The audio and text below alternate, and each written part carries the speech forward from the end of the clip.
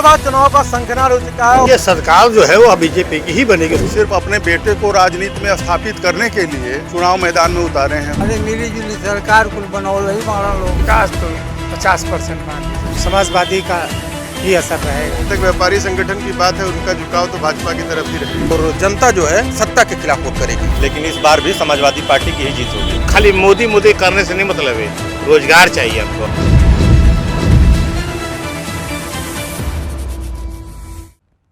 सी news Bharat में आपका एक बार फिर से स्वागत है।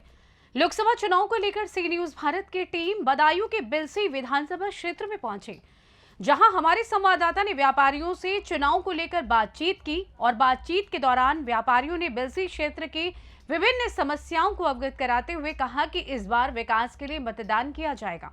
उन्होंने कहा कि बिलसी में रोडवेज डिपो, बाईपास की मांग समेत विभिन्न समस्याएं हैं जो लंबे समय से बनी हुई हैं।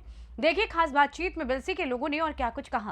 नमस्कार, आज पहुंचे हैं बदायूं लोकसभा क्षेत्र के बिलसी इलाके में और हमसे बात करने के लिए मौजूद हैं बिलसी के व्यापारी। इनसे जानेंगे इस बार जो वोट करेंगे किन मुद्दों को लेकर करेंगे और क्या यहाँ की समस्याएं हैं। बहुत बहुत स्वागत है सर। क्या नाम है आपका?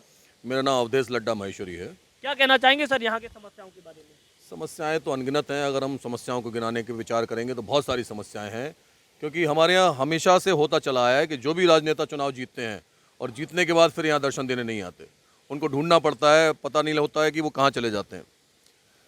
और विशेष समस्या में अगर कहा जाए तो हमारा ये क्षेत्र हमारा कृषि बाहुल्य है, किसानी क्षेत्र है। यहाँ पे बहुत सारी ऐसी चीज़ें पैदा होती हैं जिनके लिए स्पेशल कोई ट्रीटमेंट नहीं है, कोई अच्छी फैक्ट्री नहीं है। यहाँ पर आलू बहुत अच्छा पैदा होता है, गेहूँ बहुत अच्छा पैदा होता है, दालें बहुत ज़्यादा अच्छी पैदा होती हैं, लेकिन उनके लिए कोई यहाँ पे इंडस्ट्री नहीं है। इसलिए यहाँ रोज़गार भी नहीं है। रोज़गार के लिए भी यहाँ पे हमारे जो युवा बच्चे हैं उनको बाहर जाना पड़ता है। किन मुद्दों को लेकर वोट करेंगे? विकास को मुद्दे को लेकर वोट करेंगे। विकास में क्या मानते हैं? विकास में रोडवेज डिपो है और शिक्षा की है, यही मुद्दे हैं। और क्या मुद्दे हैं?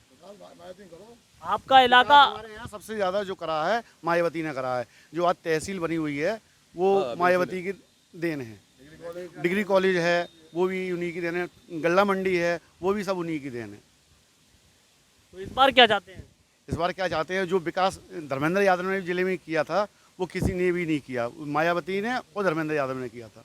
और अब नहीं है, पिछली बार 30 हज़ार वोटों से आर.के. शर्मा जी जीत के गए थे और हरीश साहब भी जीत के गए थे। इसके अलावा नहीं यहाँ पर विकास पे कुछ नहीं मिला। क्या कहना चाहेंगे सर? मेरा नाम दीपक माहेश्वरी है।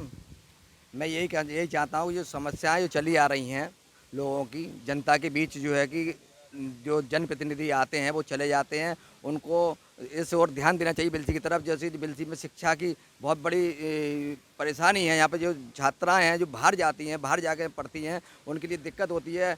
इस ओर हमारे जो जनप्रतिनिधि यहाँ से जीत के जाते हैं वो इस ओर ध्यान दें। अगर बात की जाए सर, जैसे आपने बताया यहाँ सबसे ज़्यादा कौन से सांसद ने विकास किया है?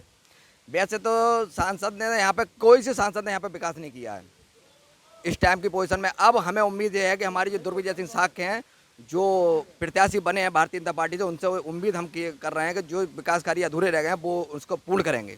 अगर सर बात की है, यहाँ पर आप व्यापारी हैं, किसानों की समस्याओं को कौन सी मुख्य समस्या मानते हैं किसानों के लिए? किसानों की समस्या ये है, गन्ना होता है यहाँ, लेके दूर दूर जाते हैं ट्रालियों से, जाम लगता है रास्ते में। और सबसे मेन समस्या रोडों की है। गलियाँ बिल्कुल बेकार हो चुकी हैं मोहल्ले की। विकास करने में सब पीछे हैं, वोट मांगने में सब आगे हैं। और जो भी विकास किया हमारे तहसील मायावती जी की देन थी। और बीजेपी, अब देखो दुर्विजय सिंह साख ने वादा किया है कि हम विकास करेंगे। क्या वादा किया उन्होंने ये सब वादा करे। हमने बात करी उनसे, मैंने कि ये हाँ साहब बहुत से काम ऐसे हैं, रोडवेज है, बाईपास की समस्या तो कह रहे मैं आप लोगों के बीच में रह के विकास करूँगा। तो एक बार हम देखते हैं, उसके बाद देखते हैं सब मायावती को देखते हैं फिर आगे। अगर बात किया जिस तरीके से उन्होंने कहा कि एक बार देखते हैं, कब तक देखेंगे ऐसे? हम लोग तो वोट देंगे और ठगी में बने रहेंगे। हम तो ठगी हो जाती है हमारे साथ में। कहा है मतलब ऐसा क्यों कह रहे हैं सर? अरे जब बात काम हो जाएगा तो हम समझेंगे कि हाँ कैंडिडेट ने काम करा है कुछ।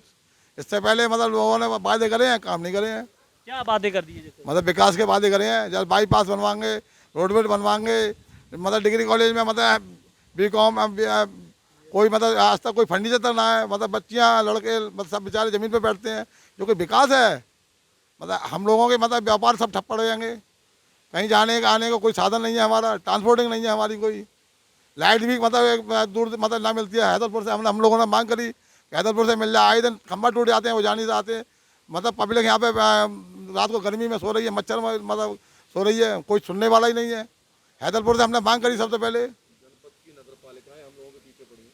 मतलब अगर बात की जाए सर यहाँ और नगर की मुख्य समस्याओं में क्या मानते हैं, बिजली की लाइन वगैरह सप्लाई कैसी रहती है यहाँ? बिजली की लाइन व्यवस्था बहुत गलत है, क्योंकि बिजली की जो लाइन है वो उजियानी से आती है, और उजियानी से आने के बाद आए दिन वो ख़राब हो जाती है। बिजली बिल्कुल 24 घंटे के लिए बिल्कुल अंधेरे में चली जाती है। तो पहले सबसे पहले बिजली की लाइन व्यवस्था जो है यहाँ पास वाले बिजली घर से जोड़ी जाए, उजियानी की अपेक्षा। उजियानी से लेने में पहले उजियानी जाती है, फिर बिजली आती है, ये गलत है। इसलिए लाइट की व्यवस्था बहुत बड़ी बन जाती है। और रही बात यहाँ का विकास तो कुछ है ही नहीं। जो भी सांसद जी आए वो वादा पूरा कर ना पाए, आए और अपना काम सीधा किया और चले गए। क्या काम सीधा कर लिया उन्होंने अपना इलेक्शन जीत के चले जाते हैं, बाकी अपने घर बैठते हैं। पब्लिक ढूंढती फिरती है कहाँ सांसद जी कहाँ मिलते हैं। सांसद जी के चेले चपोटे मिलते हैं, वो कोई काम करते नहीं, वो अपना उल्लू सीधा करते हैं। क्या नाम है सर? मेरा नाम गुड्डू सैफी है। अगर बात की जाए सर यहाँ व्यापार की दशा कैसे सुधरे, क्या होना चाहिए, जनप्रतिनिधियों को कहाँ काम करना की जरूरत है? ये जिला बदायूं हमारा कृषि बाहुल क्षेत्र है। यहाँ पे आलू का उत्पादन बहुत बड़ी मात्रा में होता है। तो यहाँ के स्थानीय किसानों के लिए यहाँ पर कोई ऐसी इंडस्ट्री होनी चाहिए ताकि यहाँ के किसानों के लिए अच्छा रेट मिले, ताकि बाहर के व्यापारी यहाँ से सस्ता आलू खरीद कर ले जाते हैं। इससे हमारे किसान भाइयों का नुकसान होता है। और इसके अलावा हमारे बिलसी की सबसे बड़ी समस्या है कि शाम 5 बजे के बाद ये टापू बनकर रह जाती है। यहाँ पर आने जाने का कोई साधन उपलब्ध नहीं होता है, ना तो बाहर से यहाँ कोई आ सकता है या यहाँ से कोई बाहर जा सकता है। इसके लिए डिपो सबसे ज़्यादा ज़रूरी है हमारे लिए। अगर बात की जाए यहाँ कि सबसे ज़्यादा किस सरकार में काम हुआ है? सबसे ज़्यादा यहाँ मायावती सरकार में काम हुआ था, और उसके बाद धर्मेंद्र यादव ने भी यहाँ अच्छा काम कराया। सर जैसे कि इन्होंने बताया कि यहाँ पर किसान बाहुल्य क्षेत्र है, आलू की पैदावार ज़्यादा होती है। अगर बात की जाए सर रोजगार की, यहाँ रोजगार कैसा है? नहीं, रोजगार तो बिल्कुल ना के बराबर है। रोजगार के लिए हमारे यहाँ के जितनी भी जो रोजगारी शक्ति है, यानी हमारे युवा जो बच्चे हैं, उनको बाहर जाना पड़ता है रोजगार के लिए। यहाँ पर कोई रोजगार की व्यवस्था नहीं है। क्या चाहते हैं जनप्रतिनिधियों से कि रोजगार में काम हो? अच्छी फैक्ट्रियों की यहाँ बहुत ज़रूरत है। मुख्य धारा से हमारी बिलसी को, हमारे जनपद को जुड़ना चाहिए, जो नहीं जुड़ रहा है।